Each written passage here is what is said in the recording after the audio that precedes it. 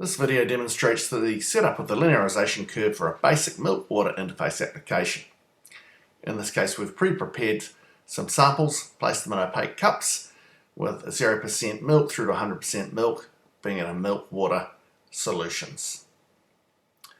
In this case, we're using an MXD73 and an S20 sensor. You can see here the probe signal value. This is the raw data value that we're going to relate to. First, we move to channels. Then we select the channel that the sensor is that we're setting up. Make sure it's enabled. Move down to units.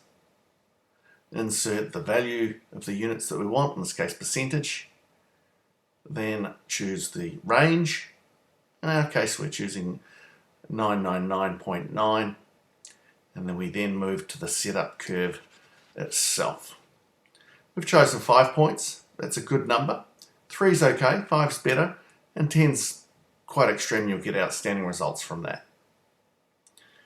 Then move to the first point. Input the percentage value, being 0% in this case, just straight water. Place the sensor, ensuring that the sensor is as centered as possible to get the reflectivity as equal as possible, then push enter. You'll see that the probe signal value is being detected.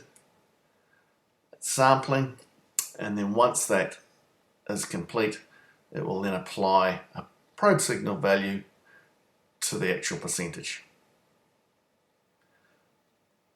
Remove the sensor from the solution. Give a quick wash, a dry, so as to ensure there's no cross-contamination. Make sure the sample's well stirred. Place the sensor in the sample, and then go through those steps again. So move to the second point this time. Press auto. Input the value of the percentage, in this case 25%, and then press enter. Again, the sensor does the sampling and relates the probe signal value to the percentage value that you've just input.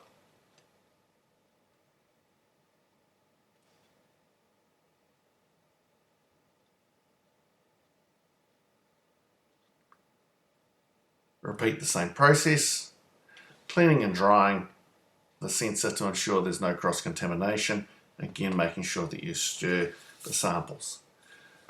It's also very good to ensure that the samples are of a balanced temperature. Move on to step 3. Same process again. Inputting the percentage value and pressing enter.